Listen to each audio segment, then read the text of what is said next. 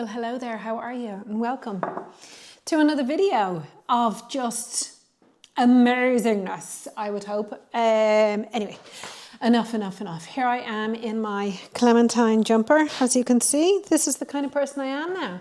And the kind of person who wears pearl earrings. It's got absolutely nothing to do with art. But anyway, how are you? Thank you for joining me. Today I wanted to talk a little bit about commissions. And the main reason I wanted to talk about this was because I'm in the middle of doing a commission. Voila, here is the commission. And last week, the funny story is will I ever learn my lesson? And maybe not, who knows? Follow along and see. But I was painting this commission and it was going so well. And let me tell you, so well. I was so delighted with it, which is quite unusual because sometimes I can have this bit of a push and pull with commissions. And if you do commissions, you might understand that. They don't always flow as easy because there's restrictions on them, you know, that you either have or you mentally put them on yourself. So working on this one, I sent a few photographs to the client who it's for, just close-up ones. I don't send the full image, just close-up ones. And I was saying the colours are flowing beautifully. And even that night, I said to my husband, I said, the commission's going really well. I'm really happy with how it's going. And I was quite surprised by that. And I left the painting for a few hours and I came back. Now, I work in my home studio. So this is part of our dining room, basically. And I left the painting on the table and normally it's like covered. I put a cloth over and I had come back and I realized that the container that I'd been using for mixing up, like cleaning my brushes, it's like a milk carton about this size and about this much water in it.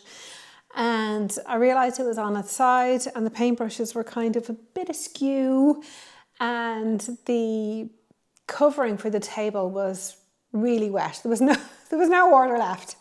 And I was like, oh my goodness, it must have got knocked over. And then I looked and I saw that on the painting was a huge, big pool of dirty paint water. And to say that I was just so sad.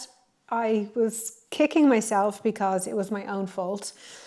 And then I was like, how did that happen? And then I looked a little bit closer and I saw some teeny tiny little paw prints. We have a little, very curious, two dogs. One wouldn't come near anything. She's too big and she wouldn't be up on the table. The other one is not normally on the table at all. But she obviously got very curious and maybe she wanted a drink, I don't know, but there was paw prints all over the painting and my heart sank. And if you work with acrylics, you'll know that if they're submerged in water for any length of time, that they kind of bubble up and they can peel away. So the paint was peeling and it was bubbling and I was like, oh my goodness, I can't believe it. And I was really disappointed because I knew I wouldn't be able to recreate that exact thing and I didn't know where to go from there. So I just wiped it down without wiping anything off. I got a big tea towel, put it down, soaked it all up. I got loads of kitchen rolls, soaked it all up. I dried the back of the painting as well. And I just left it. I left it for 24 hours and I just put it out to the universe and I was like, hey, you know, maybe actually it'll come back and it'll be fine and it'll be even better than it was. So I just left it. All that to say is don't leave your paintings hanging around, especially if you've got little dogs or little people with curious hands and all that kind of stuff. I don't know why I did it. Anyway, I did. And hopefully I've learned my lesson, but who knows? But all that to say is it's fine. It's actually fine. And I was able to cover up the damage and you can kind of see in places where you look and you see that there's little bits of watermarks, but they're sort of in the same vein and nobody will notice. I haven't told the lady. I don't need to worry anybody and make it worse than it actually was. But the story is it's fine. It's all been okay and it's fine.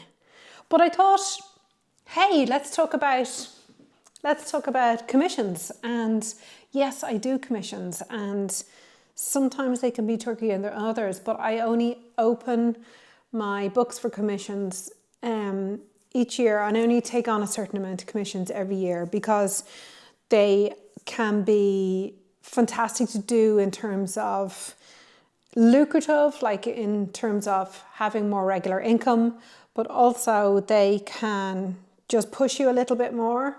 But I can only do a certain amount a year because I feel like it takes me away from my other work. And again, you have those restrictions. But I thought I'd talk a bit through like commissions and what I do. And this is just what's worked for me and what I've learned over the years in terms of how I am able to communicate with the client what a commission entails and how I begin that process. So follow along, and I'll talk through about the timeline and the framing and the initial chat with the client, all of those lovely things. And whilst I'm here, can I just say as well, I have something that I've been creating in the background and I wanted to offer to you. It's a free studio planner, and if you're anything like me, making plans and keeping to some kind of weekly schedule really helps me stay focused in the studio and continue on with my goals. So if you're interested in that, there is a free studio planner downloadable, and I'll pin it in the comments below and you can go and have a look. But anyway, follow along, I digress. Download it or don't, whatever. But I'm going to chat to you a little bit about commissions now. And I'm going to have my cup of tea. So commissions can be an amazing way to, as I said, to have some kind of regular income coming in. And people love commissions because it's something so special and bespoke for them, you know. And I put commissions, I don't have it on my website. Normally people reach out to me. This latest commission that I've done was actually an interior designer that was working with a client, and she said she absolutely loves your work. Do you do commissions? And I said yes. And I will regularly put them out on my stories on Instagram or post it to say I have an opening for commissions, let me know if you're interested, and then I send them an email. And I have an email that I just copy and paste and I send it out to everybody. So the things that I normally send out are things like, let me talk you through them anyway. So normally I'll send out an email and it'll be something along the lines of, thank you for reaching out about a commission, and I'm delighted that you're thinking about this, and basically just giving them a little bit more like about confirming what they want. Like they want something that's beautiful and unique to help make their house more like a home. And so I'm really just confirming that. And then I talk a little bit about it being a bespoke piece of work and how that's lovely, and helping them bring their paintings to life. And I talk a little bit about together how we'll create something that's really meaningful for them and very special, and how that's a really beautiful thing to have in your home. Now, when I say I talk about all those things, it's literally a paragraph to start with. And then I talk about the initial chat. So I flag 6 different points in that email. So the first one will be is I go into, well, how does the process work? Because I feel like a lot of people come to you looking for commissions and they've never gone through that process before. So they don't really know what that means. Like, what does it mean to have a commission? Does this artist do commissions? How can I pay? How long does it take? All of those things. So I try and answer the questions before they ask, because it can be a little bit daunting, I guess, approaching an artist and not really knowing what that entails. So the first part I'll say, for the initial chat, I'll say we'll start with a phone call or an email consultation just to discuss their ideas, like their size, the palette, all of that kind of thing, and to help them guide them through the process. I will ask them, are there 2 to 3 suggestions of my past work that resonates with them, that will really help them and help me understand what it is about my work and why they're approaching and what they really like. So that's the first thing. If somebody approaches me and says, could you do a portrait of my cat who recently passed away? I will definitely say, no.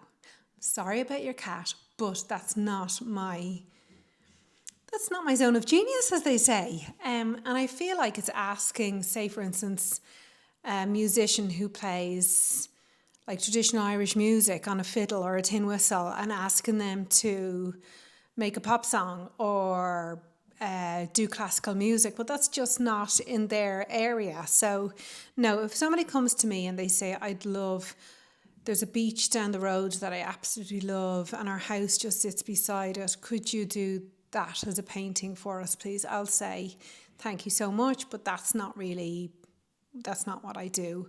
I don't agree to things that are not in my area of expertise, I guess, So the next thing that I'll do then is I will say to them that there's a deposit, and I will always make sure that somebody will give me their 50% deposit up front. So that confirms the booking, that confirms the commission, and then I get started. I never start a commission before having any money exchange. And it just confirms for me, I don't want to end up spending time and money and then I come back, and I really have done this from experience. I don't want to do that again. Spend time and money to begin something that's within what they want, and then they turn around and they say, actually, I've decided not to go with that. So now just say from the very get-go, I require 50% deposit, and that confirms your commission.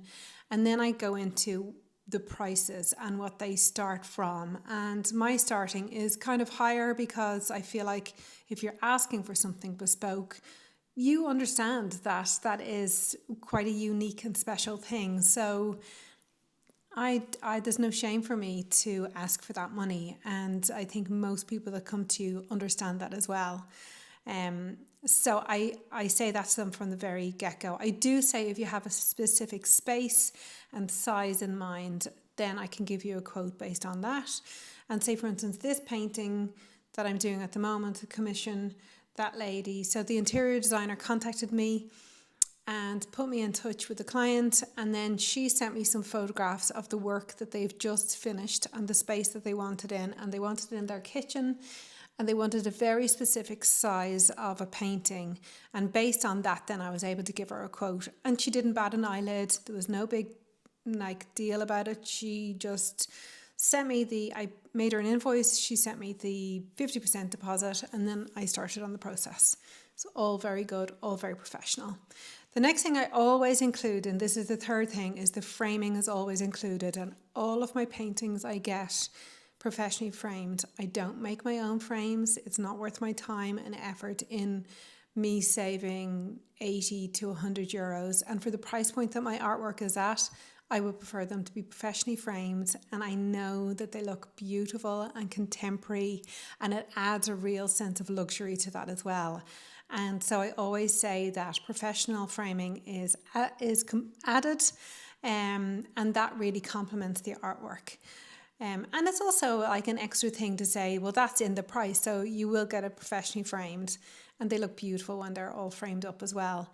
Then I go into the timeline, and my timeline, I take the commissions that I do are, I always say that they take 6 to 8 weeks. Now I could do a commission in a week or two, but I don't want to put that pressure on me with other things that are going on in life and other pieces that I might be working on. And I also really like to have that breathing space between works. So if you're anything like me, sometimes an artwork, I'll finish it and I'll just know straight away, I love that, that is finished. And then other times I'll make an artwork and I'm not really too sure, so it'll sit on the wall, a bit like this one behind me, and I'll let it just speak to me over the next few days or even weeks, and then I take it from there. So I don't want to put myself under any pressure. And again, when somebody is coming to you for something bespoke, there's a real understanding there that you're getting something very unique, and you don't want to rush that.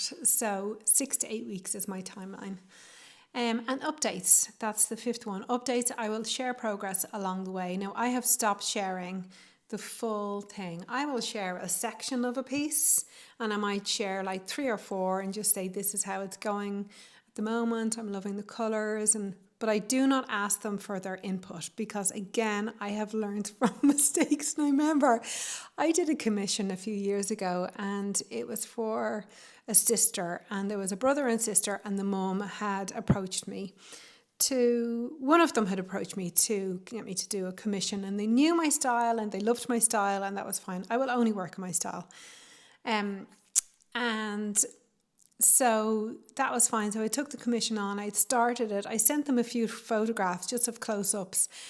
And what I didn't realise was it was going to turn into a discussion with 3 people and myself about the different colours and the different colour palettes. And they had already told me and given me some idea of what her living room, they were thinking it was going to go in her living room. And it just turned into a real faff and really messy, and it was a bit of an energy zap, to be honest with you. So I don't ask questions about what do you think of this and blah, blah, blah. No, I'm very decisive, and I think there has to be an element of you understand when you're coming to an artist that you have to give them the artistic license and expression that they normally use when they're making an artwork. So again, I have learned from that. So now I will show them 3 to 4 progress photos. I never show the full thing, because I think, again, if you show a full painting and if you're not an artist or you're not that way inclined, then to say to somebody that's actually still in progress, they don't understand maybe the dramatic effects that painting will have between now and the time it's finished. And then again, you get people saying, oh, I'm not really too sure about that bit there. Don't really like that colour. And maybe they don't like that colour as a standalone, but when they see the whole thing together, it's very different. I've never had a problem with any of my commissions. Thank God, it's always gone really well and everybody's been very happy with them. But again, I've learned from experience, just for something that is the easiest thing for me to be able to hold on to the creative process to make me feel free enough to create them something that really is in the vein that I normally create in, if that makes sense. And then I will say to them at the end, it's about the completion. And once the piece is complete, I will again send them an invoice, and I'll say that the balance is due, and they understand that the balance is due upon completion, and we'll arrange the delivery of their one-of-a-kind art. And then I finish the email off, and I just kind of say it's an amazing thing. Imagine walking into your house and having something that's created just for you and for your home, and it's so special. And if you want to go ahead with the commission, please reply to the email and we'll get started on the initial consultation. And I just kind of finish with saying, looking forward to creating something really special with you. And then that's it. And I've never had a problem over the time frame or the costings or like the framing that I choose. I only ever choose one frame because it suits my work. If they want something different, they can go and do that. Again, it's really what's the easiest thing? What's the thing that makes me feel like I'm proud to make this work for them, and I'll be proud that that piece of art is in their home because it's something that is to my aesthetic. And again, I've had that creative control to do that as well. I've never had a problem with the timelines or anything like that. All of my commissions have gone really well, and I think the key to commissions going really well is communication. Once you put it down and the client knows what to expect, then it makes it so much easier, so there's no question marks over anything like pricing, which people find really difficult to talk about and to bring up, and I get that, or about expectations over when it will arrive and all of those kind of things. So just be really, really, really open about all of those things and put them in an email. And again, just stick to the things that you like creating. So if it is landscape, stick to the landscape. If somebody said, I'd love you to do a portrait of my children when they were on the beach, but you do like dog portraits, well then just say that's not actually, you know, that's not, I know you might be thinking, oh, but that's could be a client, and that could be something like in terms of, that could be a sale for me, you know. I think just stay true to what you want to be, what you want to create. I just think just stay true to what you want to create and who you are as an artist, and that'll stand like really, really well to you. So I hope it's been helpful. Hope it hasn't been too long-winded and all of those things. Stop, Paula, why am I talking like that? I don't know. Anyway, right. Me and my Clementine top have to go because controversially, I'm actually going out for dinner tonight, which like never happens. But I am. I'm going out to dinner. I'm going to a fancy restaurant, so I have to go and, you know, do something. And Selah, now I'm waffling. Anyway, like, subscribe, join me, follow along if you like this kind of content. And if you don't and you just think I'm waffling, just, you know, skip on to the next video. But whatever, have a lovely weekend and stay creative, and let me know your thoughts below. I'd love to hear from you in terms of, have you tried commissions? Do you like them? Do you not like them? And also, get your free studio planner down below, which I've made to help life so much more easy for you in the studio to organize your time. Okay, over and out. Bye bye, creatives. Bye.